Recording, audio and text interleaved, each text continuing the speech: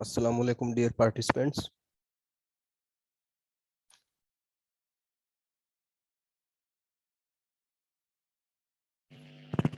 वालेकुम अस्सलाम sir.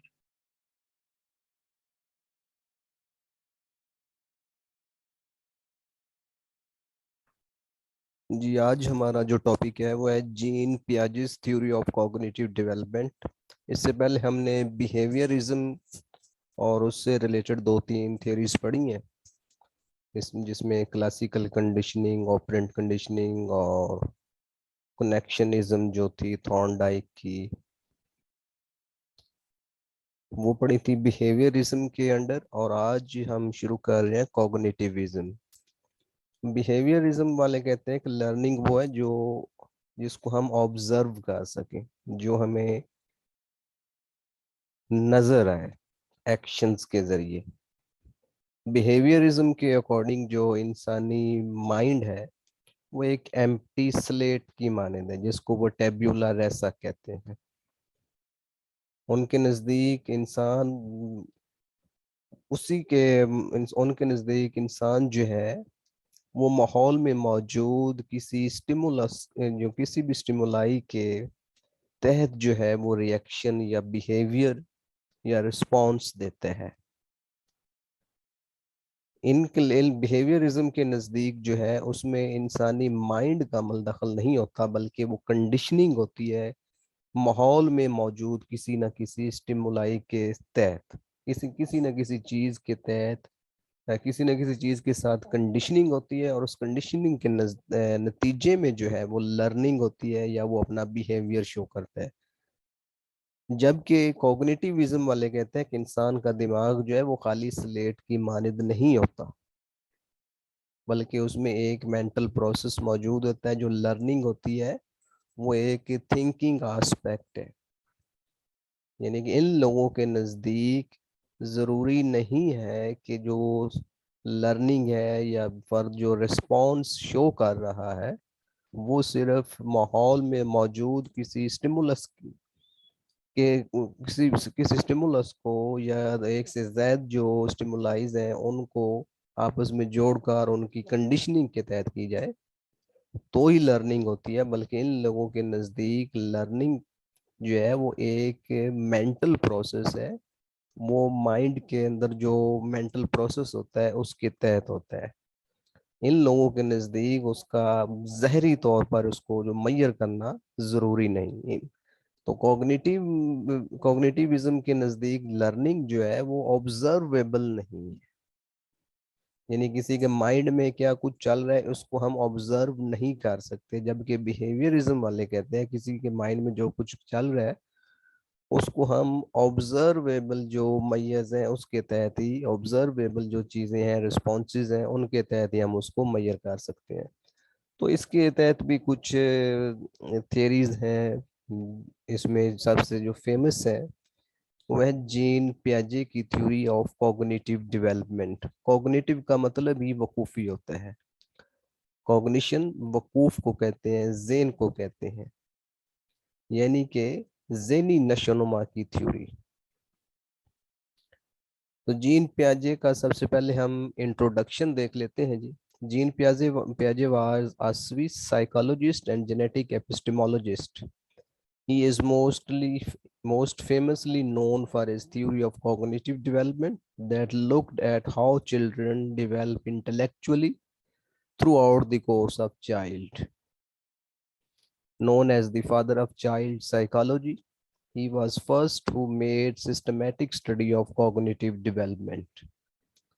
Piaget was employed at the Binet Institute in 1920s. यहाँ से इसका ये थ्योरी का सारा जो है सिलसिला शुरू होता है कि ये बेसिकली बीने की एक, एल्फ्रेड बीने जो है जिसने वो इंटेलिजेंस टेस्ट वाला, उसका एक इंस्टीट्यूट, उसका एक इदारा था या इंस्टीट्यूट था जिसमें बीने एक मुलाजिम था और ये इंटेलिजेंस टेस्ट तैयार करता था।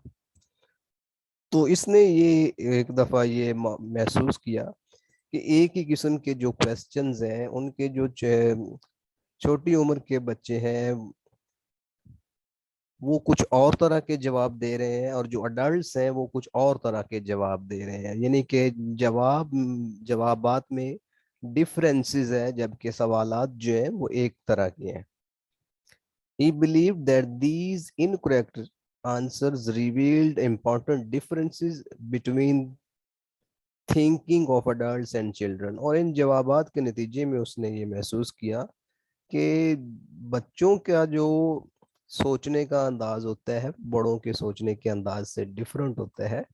इसने ये यहाँ से ये नतीजा अखज़ किया, यहीं से उसने ये एक थ्योरी बनाई कि जो कॉग्निटिव डेवलपमेंट है, बच्चों की जो इंटेलेक्चुअल डेवलपमेंट होती है, वो with the passage of age जो है बच्चों की जो रीजनिंग एबिलिटी जो है वो इंक्रीज होती जाती है।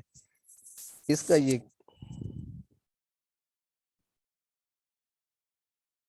अभी मैं नेक्स्ट पे गया ही नहीं हूँ।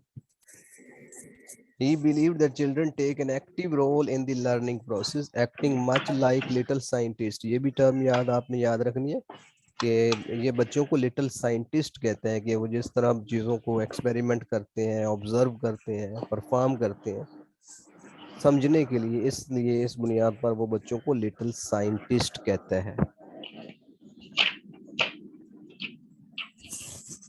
अच्छा, इसकी जो थ्योरी है, इसके नज़दीक जो कॉग्निटिव डेवलपमेंट है, जीन पियाजे के नज़दीक दुनिया भर के बच्चे जो हैं उनमें सेम एक जैसी होती है। इसके बाद हम पढ़ेंगे वाइगोस्की की। तो वाइगोस्की और इन जीन पियाजे का कंपैरिजन जो है वो हम पढ़ेंगे, तो उसको आपने मद्देनजर रखना है कि वाइगोस्की क्या कहते हैं और जीन पियाजे क्या कहते हैं। अभी हम आज जो पढ़ रहे हैं वो जीन पियाजे पढ़ रहे हैं। तो जीन पियाजे कहते हैं कि दुनिया भर के बच्चे, चाहे वो दुनिया की जिस मर्जी खित्ते में कोई बच्चा पैदा हो, उनकी जो कॉग्निटिव डेवलपमेंट होती है वो यूनिवर्सल होती है। और वो उसने उसकी 4 स्टेजेस बयान कर दी हैं कि दुनिया भर के बच्चे जो है वो इन 4 स्टेजेस में रहते हैं, और उनकी जो कॉग्निटिव डेवलपमेंट होती है वो बाय डिफॉल्ट होती है और यूनिवर्सल होती है। और तमाम जो दुनिया के अफराद हैं या चिल्ड्रन हैं उनमें एक जैसी कॉग्निटिव डेवलपमेंट होती है, और वो एक जैसी स्टेजेस में से गुजर कर होती है। अच्छा, उस इससे पहले कि हम उन 4 स्टेजेस को पढ़े, तो पहले ये देख लेते हैं कि कुछ टर्म्स जो हैं इसने यूज की हैं, इनको हम पहले अंडरस्टैंड कर लेते हैं। The following are some of the factors that influence how children learn and grow. तो पहली है जी स्कीमा। स्कीमा क्या है? ये एक, इसको आप बेसिक बिल्डिंग ब्लॉक कह लें, या इसको आप कैटेगरी ऑफ नॉलेज कह लें। यानी कि जब भी आप कोई इंफॉर्मेशन गेन करते हैं अपने माइंड में, कोई चीज, एक किसी भी चीज का एक स्केच या पैटर्न आप बना लेते हैं, तो उस चीज को आप स्केमा कहते हैं। A schema describes both the mental and physical actions involved in understanding and knowing। Schemas are categories of knowledge that helps us to interpret and understand the world। यानी कि दुनिया को समझने और उसको अंडरस्टैंड करने के लिए जो डिफरेंट कैटेगरीज ऑफ नॉलेज है उसको स्कीमा। मिसाल के तौर पर, आप वेरी फर्स्ट टाइम आप कोई चीज, यू कैन सपोज कि आपने एप्पल सुना, आपने एक लफ्ज एप्पल पढ़ा और आपके माइंड में एक स्केच, एक पैटर्न आ गया कि ये चीज एप्पल है।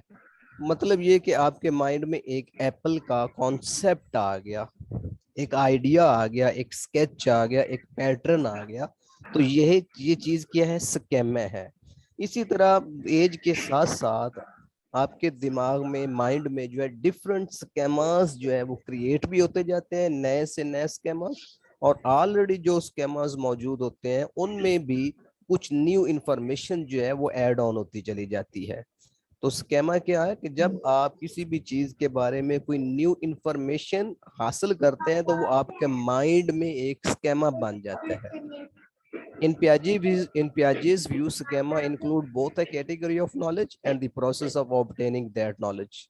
As experience happens, This new information is used to modify, add or change previously existing schemas. अब इसकी एग्जांपल हम देखते हैं। मिसाल के तौर पर you have, मिसाल के तौर पर a child may have a schema about a type of animal. मिसाल के तौर पर एक बच्चे के माइंड में एक स्केमा है, सपोज एक जानवर है जिसको हम डॉग कहते हैं। If the child's sole experience has been with the small dog, अब बच्चे का तमाम एक्सपीरियंस एक ही किस्म के डॉग के बारे में रहेगा, तो child might believe that all dogs are small. तो बच्चा ये समझेगा कि तमाम डॉग्स ही छोटे होते हैं। फरी यानी कि उसमें उनके ऊपर क्या वो होती है, वो रुई सी, एंड हैव 4 लेग्स, उनकी 4 टांगे होती हैं। यानी कि अगर बच्चे का एक्सपीरियंस इस किस्म के एक डॉग के साथ रहेगा तो बच्चा समझेगा कि तमाम डॉग्स ही एक जैसे होते हैं। Suppose then that the children encounters an enormous dog. फर्ज करें कि उसके बाद बच्चे का सामना एक बड़े डॉग से होते हैं। The child will take in this new information, modifying the previously existing schema to include these new observation. तो अब बच्चा जो है ये न्यू इंफॉर्मेशन जो अपने ऑलरेडी जो स्कीमा है उसमें एग्जिस्ट उसमें ऐड कर लेगा। तो यहाँ तक आई होप आपको स्कीमा का पता चल जाना चाहिए, अंडरस्टैंडिंग हो जानी चाहिए कि स्कीमा क्या है। कि जब आप किसी भी चीज़ के बारे में न्यू इंफॉर्मेशन हासिल करते हैं, उस चीज़ का एक स्केच, एक पैटर्न, एक खाका, अपने माइंड में एक तस्वीर या एक आइडिया या एक कॉन्सेप्ट क्रिएट कर लेते हैं, तो वो चीज़ स्कीमा कहलाती है। मिसाल के तौर पर आपने बिल्ली देखी तो आपको माइंड में ये एक स्कीमा बन गया कि ये ब्लैक कलर की है, इसकी 4 टांगे हैं, इसकी 2 मूछें हैं। तो वो आपके माइंड में एक स्कीमा बिल्ली का बन गया। अब हम आगे देखते हैं जी, दूसरी चीज जो है वो असिमिलेशन है। असिमिलेशन क्या है कि आपके माइंड में जो ऑलरेडी एक स्कीमा मौजूद है किसी भी चीज का, उसी स्कीमा में न्यू इंफॉर्मेशन ऐड कर लेना, ये कहलाती है असिमिलेशन। अभी मैंने आपको एक एग्जांपल दी कि एक बिल्ली की एग्जांपल दी। सपोज मैंने आपको या किसी बच्चे को एक वाइट कैट दिखाई जिसकी 4 टांगे हैं और 2 उसकी मूछें हैं और इसका 2 कान है। ये मैंने आपको वाइट कलर की एक कैट दिखाई है, ये आपका एक स्केमा बना हुआ है। अब उसके बाद आप देख लेते हैं एक ब्लैक कलर की कैट, बिल्कुल उसी तरह 4 टांगे हैं, मूछें हैं और सारी जिसामत बिल्कुल उसी तरह है। लेकिन आपने पहले क्या देखी थी, वाइट, अब आपने देख ली ब्लैक कैट। तो अब आपको बताया गया कि ये बेटा जो कैट्स होती हैं वो डिफरेंट कलर्स की होती हैं। तो यहाँ पर क्या हुआ कि आपने जो न्यू वाली कैट है, ब्लैक कैट, उसको आपने ऐड कर लिया आपके जो ऑलरेडी एक स्कीमा मौजूद था कैट के बारे में, उसमें ऐड कर लिया कि हाँ ये भी बिल्ली होती है। तो असिमिलेशन क्या है कि आपके माइंड में जो स्कीमा मौजूद है किसी भी चीज के बारे में, उसमें आप न्यू इंफॉर्मेशन ऐड कर लेते हैं। आप अपने ज़हन में जो आपका ऑलरेडी स्कीमा है उसको मॉडिफाई या चेंज या न्यू स्कीमा नहीं बनाते। स्कीमा वही बिल्ली का है, स्कीमा वही आप डॉग का हो सकता है। जो भी स्कीमा ऑलरेडी मौजूद है उसी स्कीम में, उसी स्कीमा में न्यू इंफॉर्मेशन को ऐड कर लेना, न्यू इंफॉर्मेशन का उसी स्कीमा में फिट आ जाना, ये असिमिलेशन कहलाता है। The process of taking in new information into our already existing schema is known as assimilation। आपके ज़हन में ऑलरेडी जो स्कीमा मौजूद है उसमें आप न्यू इंफॉर्मेशन ऐड कर दें और वो न्यू इंफॉर्मेशन उसमें फिट आ जाए। मसलन कैट वाला स्कीमा मौजूद था तो न्यू इंफॉर्मेशन जो मिली वो भी कैट वाली थी और उसी में वो फिट आ गई, तो ये assimilation कहलाई। The process is somewhat subjective because we tend to modify experience and information slightly to fit in with our fit करते हैं। यानी कि ये नहीं हो सकता कि आपको न्यू इंफॉर्मेशन डॉग की मिल रही है और ऑलरेडी आपके पास जो स्कीमा है वो कैट का है, तो वो डॉग और कैट वाला स्कीम, डॉग वाली इंफॉर्मेशन आपके ऑलरेडी जो माइंड में स्कीमा है कैट का उसमें फिट नहीं हो रही। लिहाजा कैट वाली जो इंफॉर्मेशन है वो ऑलरेडी कैट वाले स्कीमा में फिट हो रही है, तो ये चीज असिमिलेशन कहलाती है। इन द एग्जांपल अबव, यहाँ पर देखें, seeing a dog and labelling a dog, dog को देखना और उसको डॉग ही कहना is a case of assimilating the animal into the child's dog schema. मिसाल के तौर पर बच्चे के ज़हन में ऑलरेडी एक स्केमा जो था वो डॉग के बारे में मौजूद था, अब बच्चे ने डॉग ही देखे और उसको डॉग ही कहा है, तो ये चीज क्या है, असिमिलेशन है। तो इन सिंपल वर्ड्स कि आपके माइंड में ऑलरेडी जो स्केमा मौजूद है उसमें न्यू इंफॉर्मेशन को ऐड ऑन कर देना, न्यू इंफॉर्मेशन का उसमें फिट आ जाना, मवाफिक आ जाना, ये चीज कहलाती है जी असिमिलेशन। उस दूसरी है जी अकोमोडेशन। अकोमोडेशन में क्या होता है कि आपके माइंड में ऑलरेडी जो स्केमा मौजूद होता है, अब सपोज आपने जनाब एक यही उसी एग्जांपल को हम दो रिपीट करते हैं कि आपको मैंने एक एग्जांपल दी वाइट कैट की, वाइट कैट की मैंने एग्जांपल दी। अब उसके बाद क्या है कि आप एक डॉग को देख लेते हैं, एक भैंस को देख लेते हैं जनाब, एक और शेर को देख लेते हैं। अब ये क्या है कि न्यू चीजें आ रही हैं। यहाँ पर अकोमोडेशन का मतलब ये होता है कि आपके माइंड में जो ऑलरेडी स्केमा है उसको आप मॉडिफाई करते हैं, अल्टर करते हैं, या फिर एक न्यू स्केमा क्रिएट करते हैं।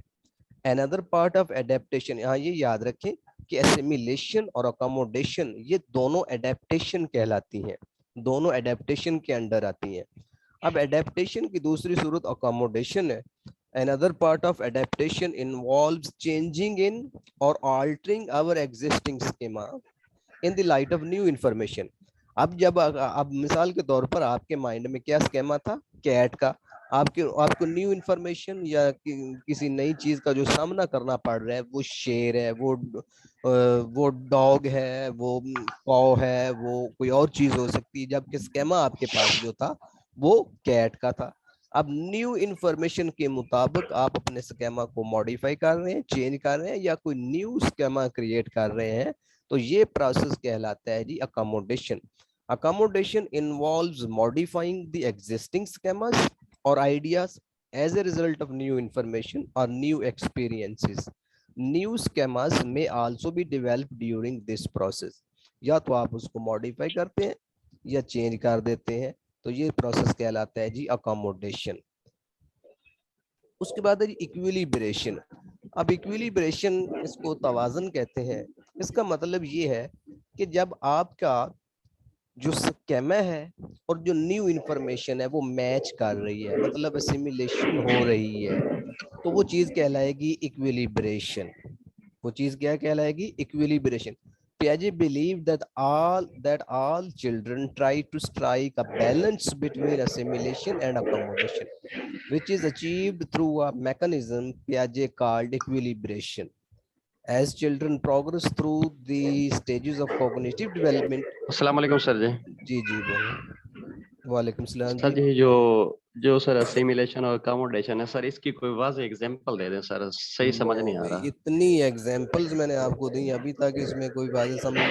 भाई एक स्कैमा, पहले स्कैमा को समझे ना, कि स्कैमा क्या है कि कोई भी इंफॉर्मेशन किसी भी चीज के बारे में, कोई स्केच, पैटर्न, आइडिया, कॉन्सेप्ट जो आपके माइंड में, मिसाल के तौर पर आपने लव सेब के बारे में वेरी फर्स्ट टाइम सुना, वेरी फर्स्ट टाइम आपने सेब देखा, तो आपके माइंड में क्या है कि एक सेब का स्केमा डेवलप हो गया कि इसे सेब कहते हैं। ठीक है। अब आपने सेब देखा जनाब रेड कलर का, ठीक है जी।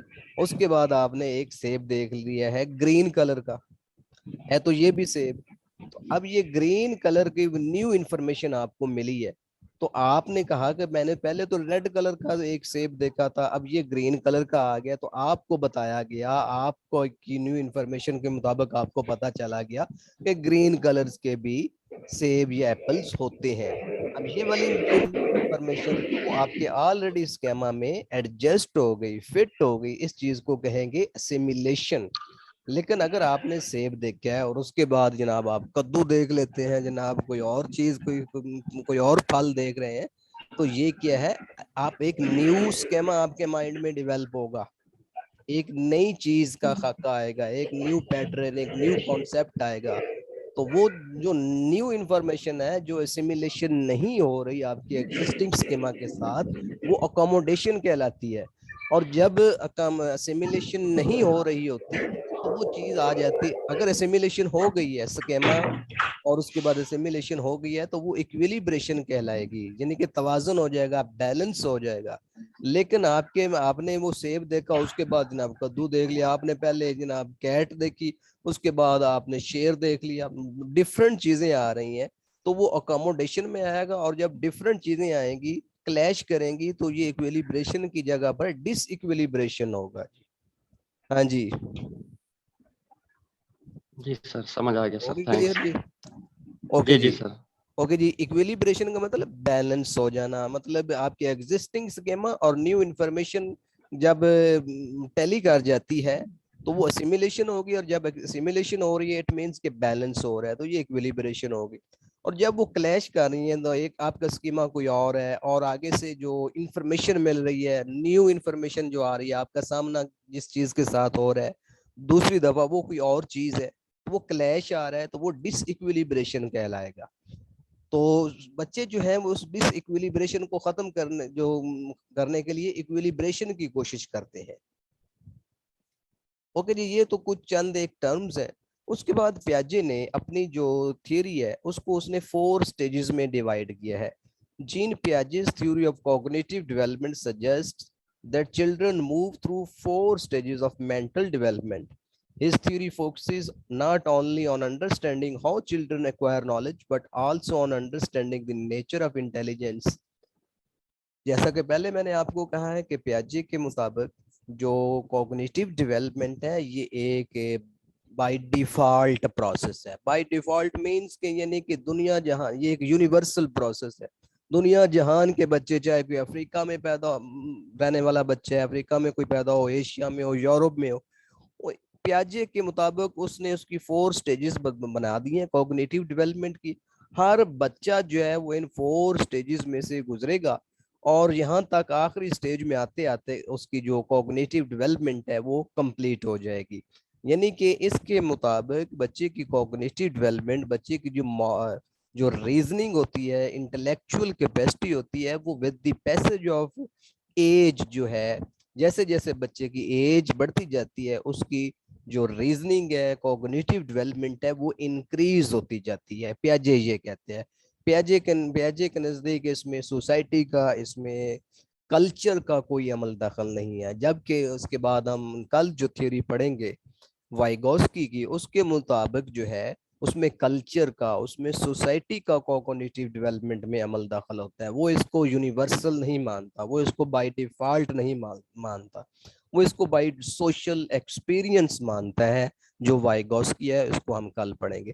तो पहली स्टेज है जी sensory motor stage, birth to 2 year. दूसरी है जी pre operational stage, 2 to 7 year. तीसरी concrete operational stage, 7 to 11 year.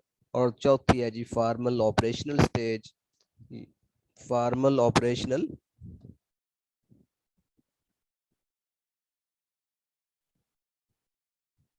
ठीक है जी sir, formal operational stage 12 and up, यानी कि 12 साल और ऐसे ऑनवर्ड जो है। अच्छा, पहली स्टेज है जी सेंसरी मोटर स्टेज, बर्थ से लेकर 2 साल तक। इसके इसको हम सबसे पहले देखते हैं कि इसको सेंसरी मोटर ही क्यों कहते हैं। सेंसरी, असल में ये लफ्ज सेंस है प्लस मोटर, ये सेंसेस होती है ना, 5 सेंसेस। और मोटर का मतलब है बॉडीली मूवमेंट, फिजिकल एक्टिविटी जो है उसको उसको हम मोटर एक्टिविटी कहते हैं। तो पियाजे के नजदीक इस दौरानिए में, यानी कि पैदाइश से 2 सालों के दौरान बच्चा कायनात के बारे में, इस दुनिया के बारे में जो भी इंफॉर्मेशन हासिल करता है या दुनिया को के बारे में जानने की कोशिश करता है, वो अपनी सेंसेस के साथ जरिए या फिर अपनी मोटर एक्टिविटीज के जरिए जानने की कोशिश करता है। तो इसकी जो करेक्टरिस्टिक्स है उसमें नंबर 1 है जी involve senses and motor activity. वही बात आ गई कि इसमें सेंसेस शामिल है और मोटर एक्टिविटी, यानी कि जो 5 सेंसेस हैं जिनको हम हवासे खमसा कहते हैं वो चीज, और दूसरी चीज मोटर एक्टिविटी, यानी कि चीजों को टटोल कर, खोल कर, तोड़ कर, इस तरह जानने से कोशिश करता है बच्चा। दूसरा फिर चीजों को सुनकर, देख कर, टेस्ट करके, इस तरह की वो 5 सेंसेस के जरिए। The infant knows the world through their movements and sensations. Children learn about the world through basic actions such as sucking, grasping, looking and listening. ये कुछ एक बेसिक एक्शंस जिनको रिफ्लेक्सेस भी कहते हैं, इनके जरिए बच्चा जो है वो चीज़ों को जांचने की कोशिश करता है, जानने की कोशिश करता है। मैं उसके मतलब आप कहें कि उसको कोई भी चीज उसको पकड़ाई जाए तो उसको वो शक करना शुरू कर देगा, उसको पकड़ लेगा, देखेगा। ये उसकी क्या है हो गई, उसकी ये सेंसेस होगी, सेंसरी जो एक्टिविटी होगी और मोटर एक्टिविटीज के जरिए वो चीजों को टटोल कर, खंगाल कर, उसको तोड़ कर, इस तरह की देखने के इस जरिए से जानने की कोशिश करता है। अच्छा, उसमें इसमें एक और करेक्टरिस्टिक्स है जी, out of sight out of mind. आप कह सकते हैं कि कोई 8-9 महीने तक जो बच्चा होता है या साल तक, वो बच्चा ये समझता है कि जो चीज उसकी आंखों से ओझल हो जाती है, बच्चा ये समझता है कि वो चीज एग्जिस्ट ही नहीं करती। मिसाल के तौर पर बच्चे को आप कोई खिलौना दिखाएं और उसके बाद आप अपनी बैग में उसको छुपा लें, दीवार के पीछे छुपा दें, कपड़े के पीछे कर दें, तो बच्चा उस चीज को तलाश करने की ही कोशिश नहीं करेगा, क्योंकि बच्चा ये समझता है कि वो चीज एग्जिस्ट ही नहीं करती, वो चीज मौजूद ही नहीं। क्योंकि जो चीज उसकी आंखों से ओझल है, बच्चा ये समझता है कि वो चीज मौजूद ही नहीं थी। लेकिन उसके बाद कोई 18 महीने तक आप कह सकते हैं कि बच्चे में ये इस हद तक इंटेलेक्चुअल कैपेसिटी या रीजनिंग डेवलप हो चुकी होती है कि बच्चा समझता है जो ऑब्जेक्ट परमानेंसी है उसकी, उसमें उसकी सलाहियत उसमें पैदा हो जाती है। बच्चा ये समझता है कि नहीं, चीजें अगर आंखों से ओझल भी हो जाएं तो भी वो अपना वजूद रखती हैं। इस स्टेज में मतलब पीरियड में अगर बच्चे के सामने आप कोई खिलौना दिखाएं और उसके बाद उसको छुपाने की कोशिश करें, अपनी बैग के पीछे, दीवार के पीछे फेंके, तो बच्चा उस चीज को तलाश करने की कोशिश करेगा, क्योंकि बच्चा ये समझता है कि चीजें आंखों से ओझल हो जाने के बावजूद भी एग्जिस्ट करती हैं। इसके अलावा इसकी जो एक और कैरेक्टरिस्टिक्स है वो इमिटेटिव बिहेवियर है, यानी कि जैसे वो दूसरों को देखता है वैसे करने की कोशिश करता है। ये जी सेंसरी मोटर स्टेज। अगली स्टेज आ जाती है जी प्री ऑपरेशनल स्टेज, जो 2 से 7 साल के दौरान ये पर मोहित है। अब इसको प्री ऑपरेशनल इसलिए कहते हैं, प्री का मतलब है पहले और ऑपरेशनल इसमें यूज किया जाता है लॉजिकल थिंकिंग के लिए। मतलब ये कि ऐसा दौर जिसमें लॉजिकल थिंकिंग से पहले का दौर, इसको आप कह सकते हैं लॉजिकल थिंकिंग से पहले का दौर। यानी कि बच्चे सोच रहे हैं, उनमें थिंकिंग डेवलप हो चुकी है या डेवलप हो रही होती है, लेकिन उनकी थिंकिंग में, उनकी कॉग्निशन में कोई लॉजिक नहीं होता, बेतुके से जवाब देते हैं, सोचते मतलब सोचने का प्रोसेस होता है, लेकिन वो प्री ऑपरेशनल होता है, लॉजिकल, उनकी बातों में लॉजिक नहीं होती, मंतक नहीं होती, रीजनिंग ऑलमोस्ट नहीं होती। तो इसमें क्या है जी, सिमियोटिक फंक्शंस, द एबिलिटी, ये उसकी करेक्टरिस्टिक्स हैं जी, the ability to use symbols, language, pictures, signs और जेस्चर्स टू रिप्रेजेंट एक्शंस और ऑब्जेक्ट्स मेंटली। यानी कि वो मुख्तलिफ तस्वीरों, अल्फाज, इस किस्म की चीज़ों के ज़रिए मुख्तलिफ ऑब्जेक्ट्स को ज़हर करने की कोशिश करते हैं। मिसाल के तौर पर वो उसमें किसी बच्चे ने कोई घोड़ा देखा है तो वो अपने भाई के ऊपर बैठ बैठ जाएगा, उसको घोड़ा बनाने की कोशिश करेगा, या वो कोई साइकिल की तस्वीर देखकर उसी को वो साइकिल के तौर पर शो करने की कोशिश करेगा। तो ये सारी चीजें कहलाती हैं सेमियोटिक फंक्शंस। उसके बाद डेवलपमेंट ऑफ लैंग्वेज है जी। इस दौर में लैंग्वेज डेवलप होना, अगरचे पिछले दौर से ही लैंग्वेज डेवलप होना शुरू हो जाती है, लेकिन इस दौर में इसमें मजीद इजाफा होता है और बच्चा 200 से लेकर 2000 अल्फाज तक, अल्फाज जो है वो वोकेबलरी उसकी इंक्रीज हो जाती है। इसके बाद है कॉन्सेप्ट ऑफ कंजर्वेशन। इस स्टेज में बच्चे का जो कंजर्वेशन, कंजर्वेशन क्या है कि चीजों की, किसी भी चीज की आप कह लें कि शेप वगैरह चेंज होने से उसका हुजम जो है वो चेंज नहीं होता। तो इस स्टेज में बच्चा इस कॉन्सेप्ट को नहीं अंडरस्टैंड करता। बच्चा ये समझता है कि किसी चीज की कुछ शेप चेंज हो जाए तो उसका जो हुजम है, तो उसके अंदर जो चीज आएगी वो भी चेंज हो जाएगी। मिसाल के तौर पर तो बच्चे के सामने आप दो गिलास हैं, एक गिलास है, बच्चे के सामने आप एक ही मिकदार में कोई पानी या दूध जो है वो दो गिलासों में डालें, एक गिलास चौड़ा ले लें और एक गिलास थोड़ा लंबा ले लें। अब जो चौड़े वाला गिलास है उसमें पानी जो है वो फैल जाएगा, नीचे की जानब फैलेगा, जो जबकि लंबा गिलास जो होगा वो तो उसकी सतह ऊंची होगी, जबकि पानी दोनों में ही इक्वल आया है। तो जब आप बच्चों से पूछेंगे कि हाँ भी किस गिलास में, किस बर्तन में जो है वो पानी या दूध या जो भी चीज़ है लिक्विड वो ज्यादा है, तो बच्चा ये जवाब देगा कि वो जो लंबे वाला गिलास है उसमें ज्यादा है, जबकि दोनों में एक जैसा है। तो उनको कंजर्वेशन का कॉन्सेप्ट जो है इसमें क्लियर नहीं होता, क्योंकि अब ये देखें ये चीज इलॉजिक है, इनमें कोई लॉजिक नहीं है, तो इसलिए इसको प्री ऑपरेशनल स्टेज भी कहते हैं। दूसरी ईगोसेंट्रिसिज्म। ईगोसेंट्रिसिज्म का मतलब ये है कि बच्चा ये समझता है कि जो चीजों के बारे में मैं सोचता हूँ बाकी लोग भी वही समझते हैं, जैसे चीजों को मैं सोचता हूँ, जैसे चीजें मुझे पसंद है, जो चीजें मुझे पसंद है बाकी लोगों को भी वही चीजें पसंद है। मिसाल के तौर पर अगर मुझे कॉफी पसंद है तो बाकी सबको भी कॉफी पसंद है, अगर मुझे आइसक्रीम पसंद है तो बाकी सभी को भी आइसक्रीम पसंद है। तो इन सारी चीजों को कहते हैं ईगोसेंट्रिसिज्म। अब ये चीज भी इलॉजिक है, जरूरी नहीं कि जो चीज मुझे पसंद है, जो मेरा पॉइंट ऑफ व्यू है बाकी सभी को भी वैसा ही हो, इसीलिए ये भी इलॉजिक है। और प्री ऑपरेशनल स्टेज का मतलब ही है कि लॉजिकल थिंकिंग से पहले का दौर, ये चीज कहलाती है जी ईगोसेंट्रिसिज्म। एनिमिज्म का मतलब ये है कि आप किसी नॉन लिविंग चीज को, किसी बेजानदार चीज को जानदार समझ लेते हैं, और इस स्टेज में बच्चा ये समझता है कि बेजान चीजों को भी उसी तरह भूख लगती है, तकलीफ पहुंचती है, प्यास लगती है जिस तरह हम इंसानों को लगती है। तो इसलिए आपने देखा होगा इस स्टेज में बच्चे जो हैं वो अपने खास तौर पर जो लड़कियां होती हैं या छोटी उम्र के जो बच्चे होते हैं वो अपने खिलौनों को धूप से बचा रहे होते हैं, उनको खाना खिला रहे होते हैं, उनको कपड़े पहना रहे होते हैं, उनको तकलीफ से बचा रहे होते हैं, क्योंकि वो समझते हैं कि जिस तरह हम लोगों को तकलीफ पहुंचती है इसी तरह इन लोगों को भी तकलीफ पहुंचती है। तो ये चीज कहलाती है एनिमिज्म।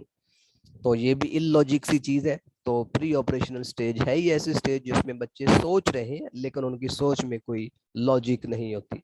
रिवर्सिबल थिंकिंग से मुराद ये है कि बच्चे चीजों को उलट कर नहीं देख सकते। मिसाल के तौर पर अगर किसी बच्चे को आप बोलें कि बेटा आप स्कूल चले जाओगे, वो कहेगा जी हाँ मैं चला जाऊंगा। अगर उसे कहोगे वापस भी आ जाओगे, वो कहेगा नहीं मैं वापस नहीं आ पाऊंगा इसी रास्ते पर। अगर आप 1 2 3 4 5 तक काउंटिंग करो और उसके बाद कहोगे इसको वो दूसरी तरह 5 4 3 2 1 तक गिनो, तो वो नहीं गिन पाएगा। तो उनमें रिवर्सिबल थिंकिंग नहीं होती। सेंट्रेशन मीन्स कि वो बच्चे जो हैं वो हर एक चीज को सिर्फ एक ही जाविये से, एक ही नुक्ता नजर से देखते हैं। जैसे कि ये कॉन्सेप्ट ऑफ कंजर्वेशन में हमने देखा कि वो देख रहे हैं कि जो जिसका साइज लंबा है उसमें पानी ज्यादा आ रहा है, वो दूसरे नुक्ता नजर से चीजों को देख ही नहीं रहे। तो ये है जी प्री ऑपरेशनल स्टेज। तीसरी स्टेज आती है जी कॉन्क्रीट ऑपरेशनल स्टेज, ये 7 से 11 ईयर तक है। अब यहाँ पर क्या है कि बच्चों में लॉजिकल थिंकिंग डेवलप हो जाती है, बच्चों में लॉजिकल थिंकिंग आ जाती है, वो चीज़ों को लॉजिकली सोचना शुरू कर देते हैं, but confined to the concrete things only. उनमें लॉजिकल थिंकिंग डेवलप हो जाती है लेकिन लॉजिकल थिंकिंग महदूद है सिर्फ मादी चीजों तक, ठोस चीजों तक, कंक्रीट चीजों तक। एब्स्ट्रैक्ट चीजों के बारे में अभी तक भी उनकी लॉजिकल थिंकिंग डेवलप नहीं हुई होती। तो इसमें क्या है कि पिछली स्टेज की जितनी चीजें हैं ये वाली ये खत्म हो जाती है। मसलन कॉन्सेप्ट ऑफ कंजर्वेशन, अब यहाँ पर उनका जो कंजर्वेशन का कॉन्सेप्ट है वो क्लियर हो जाएगा, क्योंकि वो लॉजिकल सोचने लग गए हैं। उनके सामने आपने पानी भरा तो वो बच्चे कहेंगे दोनों में ही इक्वल है। ठीक है जी। तो चीजें जो मौजूद हैं उनके सामने ठोस वजूद रखती हैं, मादी वजूद रखती हैं, उनके बारे में वो कॉन्क्रीट जो उनके बारे में वो लॉजिकली जवाब दे रहे हैं, लॉजिकली सोच रहे हैं।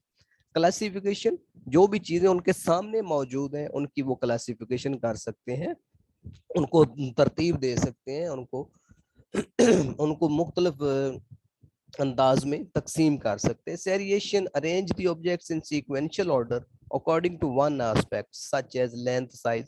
मुख्तलिफ चीजें उनके पास पड़ी हुई हैं। तो बात में यहाँ पर क्या है कि कंक्रीट को आपने माइंड में रखना है कि मादी चीजें जो उनके सामने मौजूद हैं, जो नजर आ रही है, उनको ही वो क्लासिफिकेशन कर रहे हैं, उनकी वो वेरिएशन कर रहे हैं। हाइपोथेटिकली और एब्स्ट्रैक्ट जो है थिंकिंग उनमें यहाँ पर डेवलप नहीं होती। ईगोसेंट्रिसिज्म इस दौर में खत्म हो जाती है कि जरूरी नहीं, बच्चे ये जान लेते हैं कि जरूरी नहीं कि जो चीजें मुझे पसंद है वो दूसरों को भी पसंद हो, मुझे काफी पसंद है तो दूसरे को भी पसंद हो, तो ये चीज खत्म हो जाती है। एनिमिज्म, वो ये जान लेते हैं कि एंड ऑफ एनिमिज्म, वो उनको ये पता चल जाता है कि जो बेजान चीजें हैं वो बेजान ही होती हैं, उनको इंसानों की तरह, जानदार चीजों की तरह तकलीफ, भूख, प्यास नहीं लगती। मतलब एक लॉजिकल थिंकिंग आ गई ना यहाँ पर। पिछली स्टेज में इनके बारे में इलॉजिकल थिंकिंग थी, अब यहाँ पर वो लॉजिकली इनके बारे में जवाब दे रहे हैं। अब यहाँ पर रिवर्सिबल थिंकिंग भी उनमें आ गई। बच्चे को स्कूल आपने छोड़ा तो बच्चा वापस भी उसी रास्ते पर आ जाएगा। बच्चा 1 से 5 तक गिनती सुना रहा है तो 5 से 1 तक भी सुनाने के काबिल हो जाएगा इस स्टेज में। ओके जी, 2 मिनट रहते हैं, कंक्लूड करते हैं जी। आखिरी स्टेज है जी दी फॉर्मल ऑपरेशनल स्टेज। ये लास्ट स्टेज है और पीक स्टेज है। इसमें पियाजे के नजदीक जो कॉग्निटिव डेवलपमेंट है वो अपने पीक पर पहुंच जाती है। At this stage, the adolescent or young adult begins to think abstractly and reason about hypothetical problems. अब बच्चा जो है इस स्टेज में आकर न सिर्फ ये कि कॉन्क्रीट चीजों के बारे में लॉजिकली सोचता है, लॉजिकली जवाब देता है, बल्कि एब्स्ट्रैक्ट चीजों के बारे में भी, हाइपोथेटिकल चीजों के बारे में भी वो थिंकिंग, उनके उसमें जो कैपेसिटी है, एबिलिटी है, वो क्रिएट हो चुकी होती है। एब्स्ट्रैक्ट थॉट्स इमर्ज, जो मुजर्रद ख्यालात होते हैं वो इस स्टेज में डेवलप हो जाते हैं। यानी कि वो अपने खुद से आइडियाज वो क्रिएट करता है, जनरेट करता है, ऐसे राइटिंग कर सकता है, अपनी वो स्पीच कर सकता है, खुद से अपने ख्यालात पेश कर सकता है। Teens begin to think more about moral, philosophical, ethical, social, and political issues that require theoretical and abstract reasoning. Begin to use deductive logic or reasoning from a general principle to specific information. अब ये deductive और inductive जो है ये हम आगे पढ़ेंगे जब टीचिंग मेथड्स, तो उसमें इसको हम डिटेल से पढ़ेंगे। तो बच्चा जो है वो डिडक्टिव हवालों से, यानी कि जिसको हम कहते हैं उर्दू में एक होता है, इसको उर्दू में क्या कहते हैं जी, उसका उर्दू में नाम ही मुझे भूल गया जी, इस्तखराजी, हाँ जी, ये इस्तखराजी तरीका कहलाता है। यानी कि रूल्स से आप आते हैं एग्जाम्पल्स की तरफ, इस तरह से वो चीज़ों को सोचने की सलाहियत उसमें पैदा हो जाती है। ओके जी, ये कुछ एजुकेशनल इम्प्लीकेशंस हैं, ये आपने पढ़ लेनी है जी। फैसिलिटेशन लेस देन 1 मिनट है जी। ये हमारा आज का टॉपिक कंप्लीट हो गया है। तो कल हमारा कॉग्निटिव डेवलपमेंट में दूसरी थ्योरी होगी जी, लेव वेगोस्की की। उसको socio cultural theory of cognitive development भी कहते हैं, या Vygotsky theory of cognitive development भी कहते हैं। 2-3 नाम है, वो हम कल इंशाल्लाह पढ़ेंगे जी। ओके जी, टाइम अब खत्म हो रहा है, 44 मिनट्स हो गए हैं, तो इसको हम कंक्लूड करते हैं जी। से यू टुमारो इंशाल्लाह जी, बेस्ट ऑफ लक। ये स्लाइड मैं कोशिश करता हूँ कि अभी ही आपके साथ मैं शेयर कर दूं ग्रुप में।